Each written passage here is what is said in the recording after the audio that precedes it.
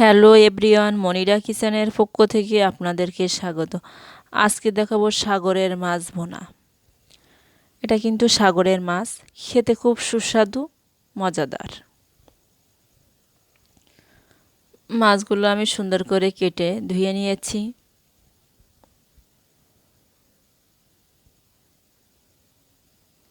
এখন মাছে মশলা দেব। 1 টেবিল চামচ হলুদের গুঁড়া দেব, 1 টেবিল চামচ লবণ দেব,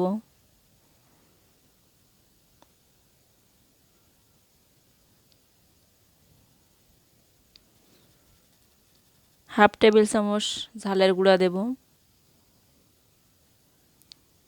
1/2 টেবিল চামচ ধনিয়ার গুঁড়া দেব।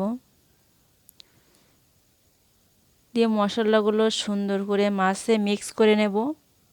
এভাবে 5 মিনিটের জন্য রেখে দেব। এখন আমি কড়াইতে তেল দেব।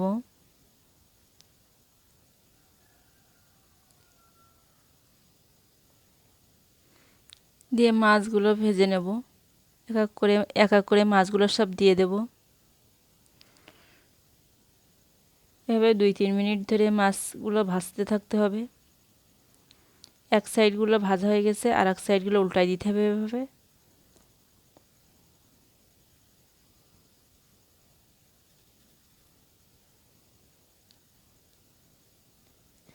এভাবে উল্টাই দিয়ে আরও 2-3 মিনিট রাখতে হবে মিডিয়াম আছে।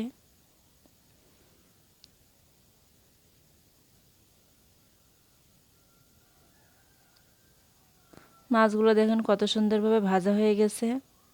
এখন আমি একটি পাত্রে উঠাই নেব মাছগুলা। কড়াইতে এখন তেল দেব। তেলটা একটু গরম হলে পেঁয়াজ কুচিগুলো দেব। দিয়ে এভাবে একটু নেড়ে চেড়ে নেব।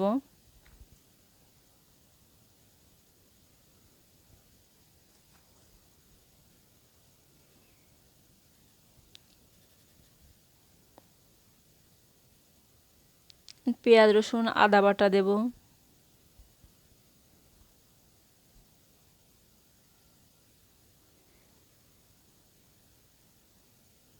1 টেবিল চামচ জিরা মরিচ বাটা দেব।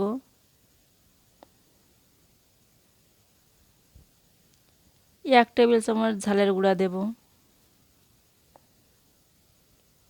1/2 টেবিল চামচ লবণ দেব।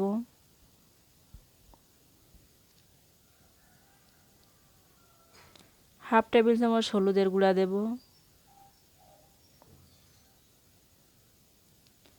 1/2 টেবিল চামচ ধনিয়ার গুঁড়া দেব। দিয়ে সুন্দর করে নেড়ে চেড়ে নেব। মশলাটা 2 মিনিটের জন্য একটু ঢাকনা দিয়ে ঢেকে নেব।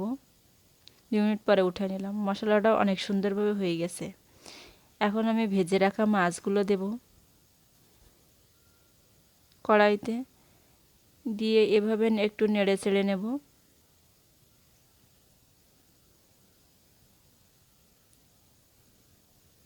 এখন আমি পরিমাণ মতো ঝোল দেব।